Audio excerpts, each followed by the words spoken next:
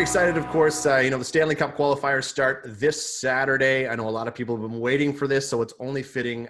Very thankful for my next guest to be joining us here, the insider of the NHL on Sportsnet, Elliotte Friedman. Elliotte, first and foremost, man, thanks for taking time to do this. I know things are super busy for you, but you must be excited to be getting back into the studio. I'm not sure who's more excited, me to call hockey, Chris, or my wife to have me out of the house. It's, both things are great. And I've missed sports. I've missed hockey. The other night when Toronto was playing Montreal, I just saw the guys going on the ice and the warm-ups. A surge hit me. I realized how much I'd missed it. So I'm going to touch right on that. I mean, first and foremost, even though for the last 4.5 months, there's been a lot of concern, a lot of confusion, what was going to take place. Did you ever actually think a deal would get done and a plan would come together that we would be back in the rink to finish the season? I'm an optimistic person by nature, so I wanted to say yes. I think that it became pretty clear in the negotiations between the league and the players. And if you're a hockey fan, you know that these are never easy. They haven't been easy the last few times they've done them. But people were telling me that even some people who tended to be cynical about these negotiations, they were telling me that this was a different tone. And there was a realization that this had to be different, that they were facing something that separately they would never be able to deal with. And they had to just be in a situation where they gave themselves the best possible odds. And if you take a look at it right now, the sports that have had bubbles, such as soccer and basketball and now hockey, they've generally been more successful than sports like baseball that haven't had bubbles. So every day my optimism has grown, but the commissioner said a couple of times, we're not patting ourselves on the back here. This is a very contagious virus. And if you let your guard down for a second, you're risking a problem. So I'm optimistic, but everybody has to be diligent. So you talked about, a couple of we've had the pleasure of seeing a couple of the preseason games, if you would, before the qualifiers start. What was your first reaction to see exactly what the product looked like on the ice? I mean, I watched the Habs-Leafs game here as well that night.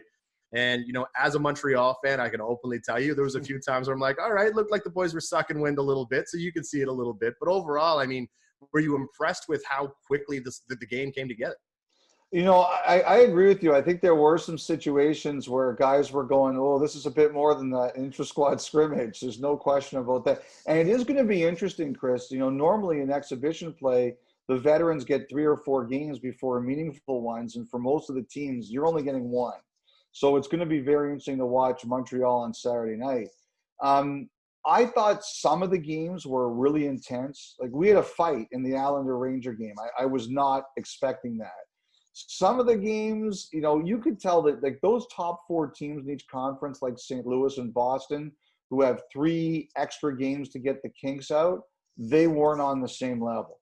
But I think those teams that know they have playoff games basically starting Saturday, they were ramped up. The weirdest thing for me, though, Chris, honestly, is how do we get the emotion in there? It's weird without fans. Like, it's very weird without fans. Well, that's what I was going to ask you next in regards to the ambiance in the building. I mean, from a television perspective, watching it in my living room, I'm actually really impressed with how the NHL has done it. The way that they have the seat coverings in place, it almost looks, I cover junior hockey here in the East Coast. And, if you see some of those international tournaments over there where you see guys where there's not a bunch of fans and it looks like an advertising perspective, but the NHL, in my opinion, has done a great job. I mean, even hearing the ambient noise coming from my living room, it felt like there were fans in the building. I can only imagine what it must be like for the players, though. Yes, they don't hear a lot of that ambient noise that comes in your TV. I was asking some of the reporters, like, do you hear this stuff? And they said no. So it's a bit different for us. I think the other thing, too, is that the NHL said to us that they were not going to reveal all the bells and whistles until Saturday. So there's going to be some more things that come as part of these broadcasts that we haven't seen yet. I think the other thing that will help too, Chris, is that when the games get more meaningful, the players will get naturally more ramped up. And I think the emotion of the players and the competitive drive of the players is what sells it the most. So I'm looking forward and curious to see what happens. But I think as the games get more meaningful and the Stanley Cup gets closer, I think we're all going to get riled up for more too. And the other thing too is I hope some Canadian teams win some rounds here because that'll help us get excited also. Well, great segue into what I'm about to ask you then, and that is, do you think we could see from a perspective, like, are there any upsets per se? I mean, with these players potentially out of shape and coming back in, obviously this is still a qualifier and a play-in round, but if you were to predict a potential upset we could see here, what do you think it could be? Boy, that's a great question. You were about to say, are there any upsets? And that's kind of the way I look at it too. Like I like to bet. I'm a gambler, Chris. I like to put some money down. And somebody was asking me, who you putting money down. I said to them, I have no idea. Like, there's no upsets here. I'll tell you this: Rangers, number 11 versus Carolina, number 6 in the East. Wouldn't surprise me if the Rangers won that series. Like, to be honest, I think the only real upsets would be Montreal over Pittsburgh and Chicago over Edmonton. Like, if those two teams beat Chicago and Edmonton, or beat Edmonton and Pittsburgh respectively, I think those are upsets. To me, nothing else, Chris, is an upset. And Carolina's got 2 injuries on the blue line. I could see the Rangers giving them all they can handle. A lot of the fans out here on the East Coast too, and paying a little close attention to what's happening in Arizona right now. Of course, yeah. Connor Garland played for the Moncton Wildcats for many, many years. He had a great career here in Moncton. And, the fans are kind of on board from the Western perspective. So I know you get a lot of Bruins and Habs fans out East, but everyone's paying a little special attention to what's happening in Arizona right now. Geez, I didn't realize that. I mean, I remembered that Garland played there, but I never kind of put 2 and 2 together that there'd be a lot of Coyotes fans because of that. Well, they suffered an injury. Nick Schmaltz got hurt last night on that big hit, and that reminds me I have to check and see if they're going to do anything about that.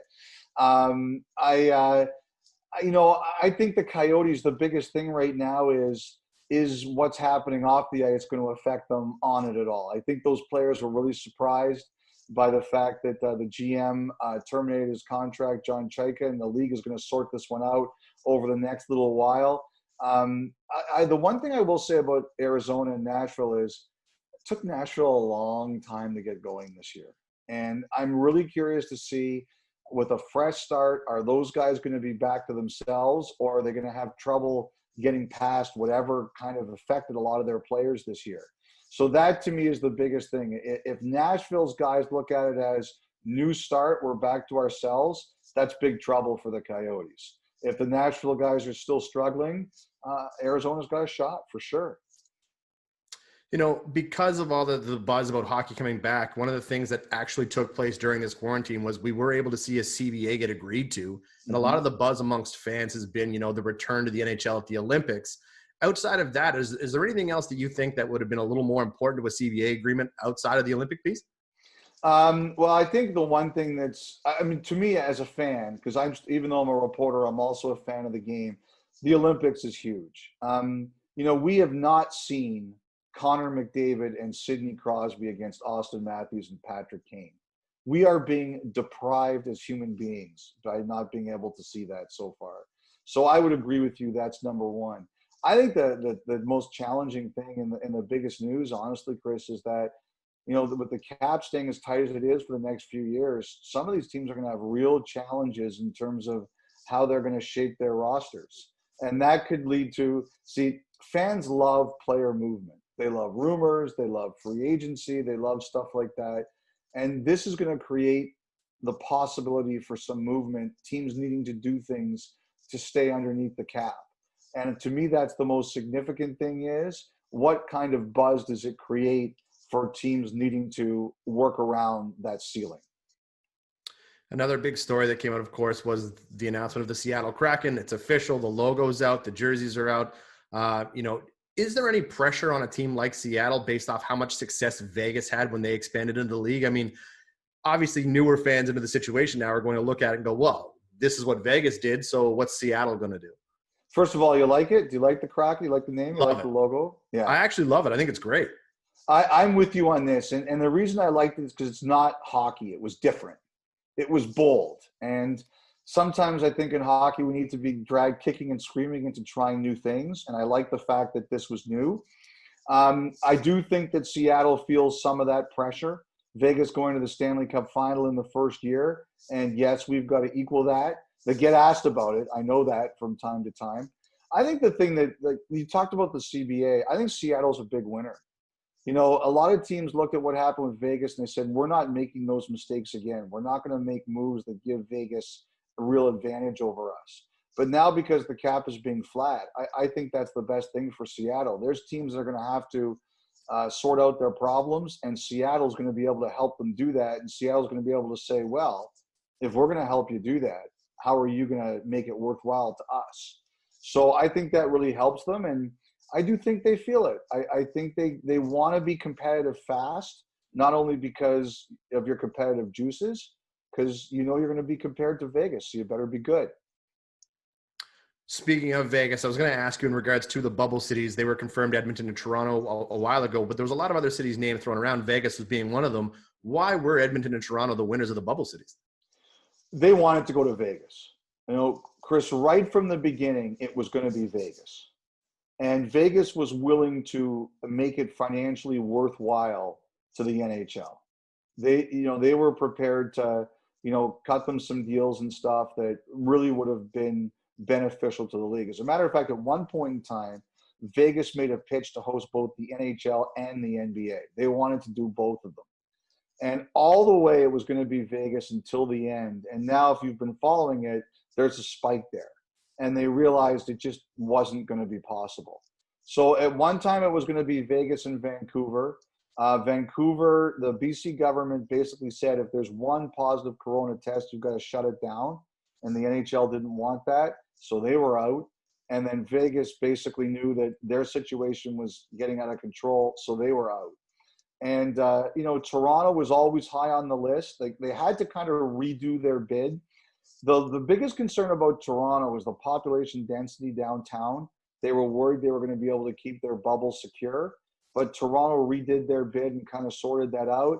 And Edmonton, from the beginning, they were kind of like the person in high school that wants to date you and wants it so bad, and you're not so sure you want to go out with them. But then suddenly you realize that's a really good option. And if they're interested in me, they're probably going to be good for me. And, credit to the people of Alberta. They've been pretty responsible throughout with COVID, and that appealed to the NHL. Last question I want to ask you, Elliotte, is if what happened with Major League Baseball happened in the NHL, like what took place with the Marlins, if somebody came down with COVID at this point, what is the plan? Like what happens next? It's a great question, and I think there's a specific reason they're not telling us. Okay. And that is that I think what it comes down to, Chris, is that, I asked the commissioner last week, who has the ultimate authority to decide if a player's playing? And his answer was, I guess it's me, but I'm going to listen to our medical people because I'm not a medical person. And I think that's what it's going to come down to between the league and the players, depending on whatever happens, and knock on wood, we're going to be safe here. They're going to take a look at it on a case-by-case basis. And I think they're going to see, A, can you isolate the player? B, how many players do you have to isolate? Do you have to isolate a team? We just saw a situation with Boston where they had one positive test, I believe, and they isolated 9 guys. So I think there's a reason they don't have it down in writing for us to see it, because I think they want to play every situation by ear. That's great, Elliotte. I want to thank you so much for taking time to do this, my friend. I know you're basically on a media tour here the next couple of days before tomorrow. P.S. I know you get a lot of compliments on it. The beard's looking great. Arguably the most talked about beard in all of sports outside of James Harden from last year. It's fantastic. Thanks for doing this, man. I truly appreciate it. My wife hates it. I love it. We'll see how long it lasts. My pleasure, Chris. Anytime. Remember, guys, viewers can join Elliotte alongside the NHL on Sportsnet team every day as they cover the road to the Stanley Cup, from the Stanley Cup qualifiers to the Stanley Cup finals. Sportsnet's the exclusive national home of every NHL game from Toronto and Edmonton. Thanks, guys. Appreciate it. Elliotte, good luck and have fun.